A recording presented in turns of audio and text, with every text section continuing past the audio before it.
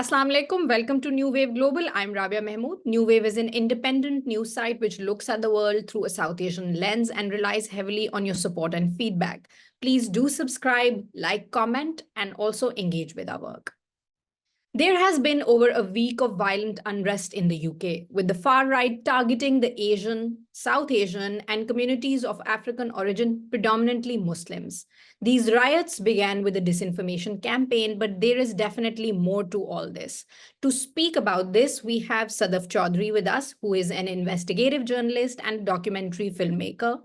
Suddaf, welcome to New Wave Global again. Suddaf, how are the Asian and the Black communities, the Muslim groups feeling at the moment in the country? Are they feeling under attack? Are they feeling safe? Is it the same everywhere? Because we keep seeing people who are posting online, and everyone has friends or family in the UK, and everyone's life is impacted to a degree, it looks like. What do you think? Well, I'll start with how, ethnic minorities in the UK are feeling. They're living in perpetual fear. I mean, I have so many family and friends because, I'm a born and raised Londoner, so I'm incredibly worried about my family members. My brother lives in Aldershot, so he has been specifically impacted. He's pulled his children out of summer camp because he doesn't feel safe. He said it feels like 9/11 all over again, when people of color were just being pulled over randomly, checks were done. It was just without any question, without any real valid reasons for it. But he said he's more concerned because of the use of social media. He said this disinformation machine has spread so much. I think sometimes people have to explain to other people, like their neighbors, that that's not actually true. Muslims don't believe that. We don't follow this ridiculous, stereotypical extreme Muslims that has been parroted by likes of Tommy Robinson, Nigel Farage, etc. Because this dehumanization of this very vast community in the UK, which, to be honest with you, is still percentage-wise only 2% of the UK, but they have been vilified as if they are some kind of ridiculous entity that is there to just take over, which is really not, because most, Asians are law-abiding citizens who work hard, pay their taxes, and are fully integrated. I don't like this notion that's being parroted on by the far right in these protests. And, when you are struggling with thinking, how can I send my son out just to the local shop? You are living in a bit of a silo, because you're like, if I go outside and something happened, I can't prove that that's not how we are, because the social media machine is just on steroids. It's literally out of control. And you have the likes of Elon Musk calling it civil war, which is incredibly inappropriate in the current circumstances. And the fact, I think what most people struggle with that I've spoken to at home in terms of family and friends, they said the language used by governments and the news media is inappropriate. Keir Starmer on Sunday called it, these writers, mindless. That's not accurate. These people are organized. They know exactly what they're doing. They're not confused. That's just not acceptable when schools are, being closed. Libraries are being burnt. Police stations are being burnt. So if this isn't a lynch mob, what else would you call it? It basically the attacks are the hallmarks of such a group. But yet they feel like, if you call it Islamophobic, why do you need to use that word? I think a lot of audience members have probably seen that interview with Zarah Sultana on Good Morning British TV. And, the line of questioning was really inappropriate. She was trying to get her point across that as a member of the Asian community, this is how we feel. And we think it's not appropriate to call it, just an understanding of why they feel that way. It's not. There is no reason to attack people with, violence on this notion that, we're here to take over. And I think the presenter said to her, why do you feel it's important to call it Islamophobic? Because it is. There is no other reason. It is Islamophobic because they're directly attacking Muslims. And Toby Robinson, the leader of EDL, he always makes examples of how Muslims are terrorists, they are, criminals, etc. So if you are directly impacting one group, what else would you call it? It's Islamophobic. Because a lot of my friends have made the comparison that when it comes to Jewish community, it's very quickly labeled anti-Semitic. Why are the Muslims and members of the Black community that are Muslim not, getting the same respect? Because it's got to a point where they feel like, so I've contributed to this economy, I've been a law-abiding citizen, but I'm still not respected. I'm at a point where I have to have somebody in my neighborhood that is white to prove my existence, that I'm like, just a normal human being. If that isn't dehumanizing an individual, what is? And you're living in fear all week, because the reality is there's no aftermath, because Sadiq Khan this morning has issued a warning about attacks happening in London. So this is a very long answer, but I think there's just so many layers to how people feel.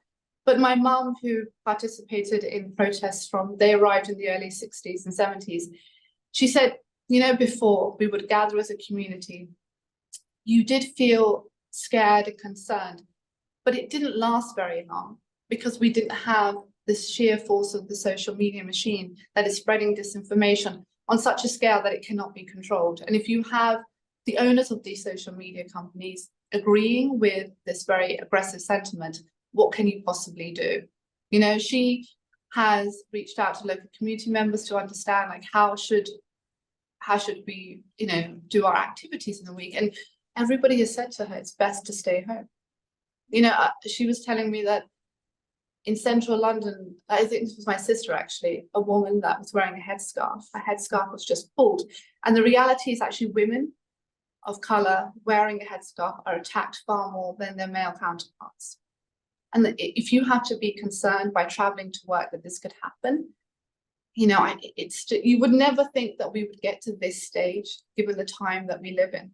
But the reality is, I think if we don't cordon these social media machines, we are going to be in a much worse state later on, because it cannot be controlled. And I don't know if the governments are enforcing much stricter rules on their output, because I think there needs to be a cohesive dialogue on this, because at this point, the disinformation machine is on steroids. And why isn't it being controlled? Why aren't we looking at who are the account holders? Are they bots? Is it Russian sponsored? There was an article that's released this morning about Channel 13 by the BBC, which has linked it to many different individuals across the world, but they aren't actually aware of what they're actually, putting online, because they're just working for an individual who cannot be named. So it's really a needle in the haystack to try and pinpoint who's doing what. But I think, firstly, there needs to be some accountability, because individuals that are known, such as Nigel Farage, who's trying to backpedal and put the onus on other individuals, such as Andrew Tate and Tommy Robinson, arrests need to be made, because you're spreading hate online, which is a criminal offense. Yes, so there is a lot to unpack here. Yes. I want to speak to you about the role of the media specifically, right? Like you gave a very accurate example, and the recent one, the GMB interview, it was a very uncomfortable watch, having an experience of being in Pakistan or in South Asia, where you do see a lot of sort of right-wing or jingoistic media everywhere, like news anchors and stuff, and them treating the interview participants the way they do sometimes. This was like a class of its own when it comes to awful journalism. I think it's okay to call it that. Mocking an MP. She's not in position of like immense power. She's not a minister of something. She's a young woman. She's an MP of a constituency. Then she's from a community which is completely being attacked. So it was a terrible, terrible thing to watch, in the racial undertones of that, right? Like there are 4 people who are, for the lack of a better word, white. And then she's this young woman sitting there, and they're not letting her get a word in and mocking her. So of course, and I saw a lot of feedback of that.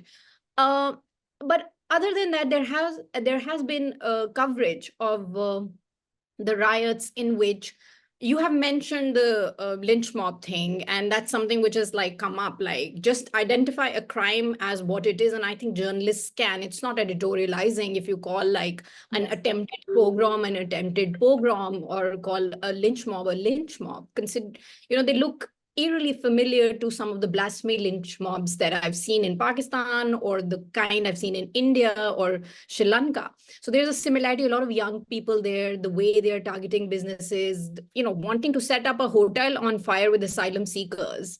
That's an attempted murder, right? But so there is this whole thing about language, not being able to get the language right. And at the same time, BBC and others, there are shows in which they've specifically pointed out slogans, like they were protesters saying Allahu Akbar, and that has come up a few times. And not being able to see it in a context that this is a community which is, I mean, they can get flared up, but they're responding to something, and that's their expression of their own like political expression at the time, that we're not deterred by attacks in some sort of a way. So that to me is also kind of enables a certain Yeah, kind of anti-Muslim sentiment, if not fully Islamophobic. What do you have to say about that? And then we'll get to especially, let's take your first point about, the mention of Allah Akbar. Usually it's the context. These individuals are protecting their place of worship, right? And it's just a slogan to unify the people there because it's God is great. The fact that they're trying to imply negative connotation tells you what is their intent here? What is the news journalist or the reporter from the field? What is their intention here? All these people are doing is just saying God is great, which is absolutely fine, given the stage that they're at a place of worship, and they are outside trying to protect that. But you have BBC field reporters describing this far-right mob as a pro-British march. And that got a lot of pushback on social media in terms of comments, and very rightly so. As a field reporter, you can see around you that these young lads are attacking people, they have weapons, they're shouting racial slurs, they're vilifying religions. How exactly is that are those British values? You cannot describe it as pro-British march, given what you can hear around you. So that has angered a lot of the BAME community, and rightly so, because that's not an accurate depiction of what is taking place. People are, trying to like clear up like the disturbance from their homes, smashed windows, smashed cars. And then a BBC mainstream news channel is reporting events with those words. So they have a lot to be held accountable for. And other, right-wing media, such as the Daily Mail, basically have put on their front pages as if there's an actual reason that can be accepted why this is happening. What they fail to do in these headlines to understand that this all started on the tragic killing of 3 young girls at a Taylor Swift dance event. But those that sentiment is actually removed. You don't hear those people at all ever, supporting, it was a terrible situation with those girls being killed. What they have actually done is use that as an opportunity to attack many groups across the UK. And what they do is they use that attack, and they've come with statements such as "save our children." If they looked at, ONS figures about murdering children and paedophiles, you would find it's predominantly white in terms of statistics, those that are accused. So, and then from that, even the British media has not really picked up on the sentiment that, like, Suella Bravo basically vilified immigrants. She described it as an invasion. The "Stop the Boat" slogan was actually created by Rishi Sunak, the leader of the Tory party. So when you couple that all together, right, it's a tinderbox, because these channels and individuals are not willing to accept that the UK has a very, very real problem with racism. And I think it really has stemmed for the last 20 years. And during the Black Lives Matter protests in the UK, it was very heavy-handed how peaceful protesters were dealt with. But, you know, a lot of people have accused the police of not being able to manage these attacks. And that actually is down to, I don't think it's down to the police individuals themselves. I think it's down to lack of resources. Because the reality is, when you go to some of these protests, I had one friend, he went to a protest in Birmingham just to, you know, safely from a distance, but he said their main complaints were lack of jobs, that the immigrants were taking their jobs, that these hotels cost so much for immigrants to have a lovely time in. The reality, what they fail to understand is, if they ever did time to research, the backlog of asylum applications, which the backlog was created by the Tory party, none of these immigrants want to live in a hotel. They want to create a life and enter society in a meaningful way. They don't want to be living in a stopgap for too long. They keep calling them illegal immigrants. They're not. They're actually part of a process of application now. They're not. So that's also another, you know, bout of disinformation. They never really understand why the economy is in the shape that it is. Under the Tory leadership for 14 years, the economy actually contracted. It's in the worst possible. There's a black hole of £9 billion as well. So when the police, how is the police able to manage this level of violence? They can't. And that's why it's allowing the far right groups to have a larger space, because they're like, we're not actually facing accountability, because I think the number of arrests are actually still quite low. This is a real problem, because during the 2011 riots, the arrests were done overnight. You know, the prosecution members were like, we have to deal with this in a pronounced manner where comprehensive action is taken. The arrests are actually slow at this time. And I think a lot of people are questioning, why is that? Is it a lack of resources? Why are you not able to clearly define the attacks that these people are causing when there are cameras, there is footage from media that is stationed at those places as well? So you have a very very developed library of information and evidence. So it surprises me why more arrests aren't being made. I mean, surveillance setup and the smart surveillance setup is quite advanced in the UK, you know. It really is. Yes, it is. And I was just looking at how the information was coming in. I'm like, why is it taking them so long to identify people in the footage, right? And the way people are saying that, oh, X number of people have been arrested, 3, 4, 5 here, or, you know, initially they were 90 plus.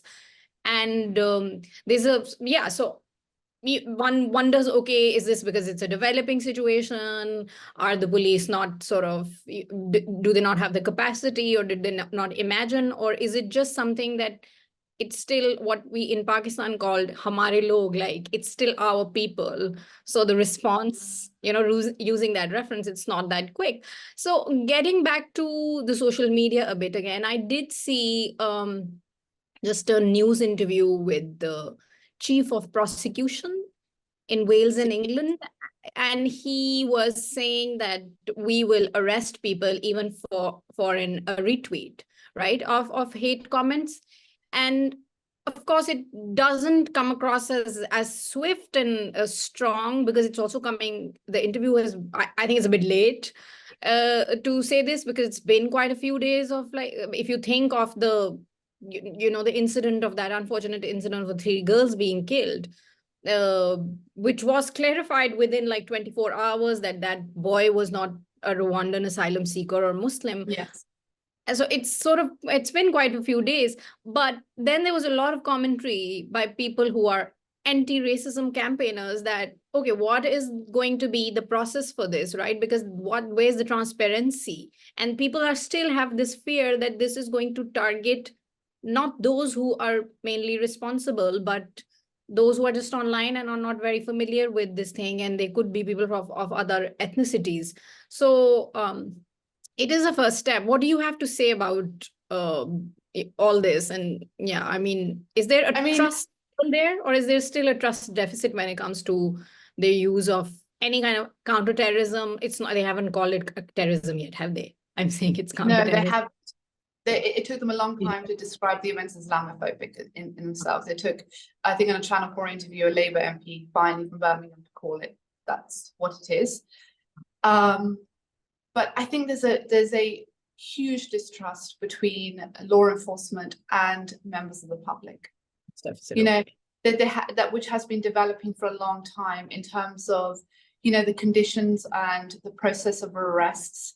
They feel that the police have been incredibly aggressive. There's been many, you know, members of the Black community that are usually pulled over, you know, interrogated, and it's also basically a racial profiling.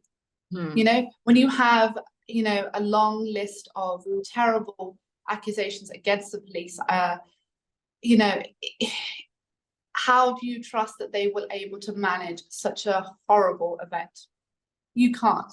And I think following the Cobra meeting, if you saw the Met Commissioner, he pulled the mic of the Sky News reporter that was outside. You know, you have to think what took place in that meeting, because, you know, we can only speculate, but the police is incredibly under-resourced. You still have to question why the police hasn't been able to use the support of the army, because they need that, because the number of far-right protesters is alarming. They come on buses, usually not from the communities that they're attacking. You need to have a comprehensive plan of action to understand the roots, the lineage, you know, the support. How are these groups developing on such a scale, which I feel like at this point is not manageable, because the police is actually just being put on the ground, foot soldiers, to manage the attacks. So you need a separate division to deal with all of this, which will take time and resources. And given the state of the economy, I don't think that's possible at this time. But I think the major problem is the police has not really understood the level of racism experienced by individuals. I don't think many people in the Met are aware, and considering the Met itself has a problem in terms of race relations, in terms of Black officers within the Metropolitan Police. When you have such a disconnect, how do members of, you know, the Pakistani, the other communities, how would they feel safe? They don't, because they have been racially profiled. You know, during 9/11, you know, I have a brother and a father. They were stopped, interrogated on the basis that they are of Muslim origin. No understanding what else they could have possibly done. You know, but the thing is, individuals like my father and brother, they know their rights, so they could not be arrested. But there's many people that are unaware, that don't have legal counsel, that are reprimanded and put into prisons for a long time, which causes overcrowding. So now you have to understand, the people that are being arrested now, part of the EDL and these rioters, where are they actually being housed? You know, there is such a big problem in terms of policing in the UK, which I think is long overdue. It's not being addressed. And I don't think this government really can do that in a meaningful way, because their hands are tied in terms of what resources they have. So if you're an individual, you know, you don't feel safe because you don't feel like the police will actually help you. Suddaf Chaudry, thank you so much. This turned out to be longer than what we were planning to do, but this was a very insightful discussion and a lot of things to think about as well. Hopefully, there will be further investigation and more countering of this protest back in the UK. And I hope that your family and everyone else's families back in England are safe. Thank you for watching. To our viewers, Khuda Hafiz. Thank you.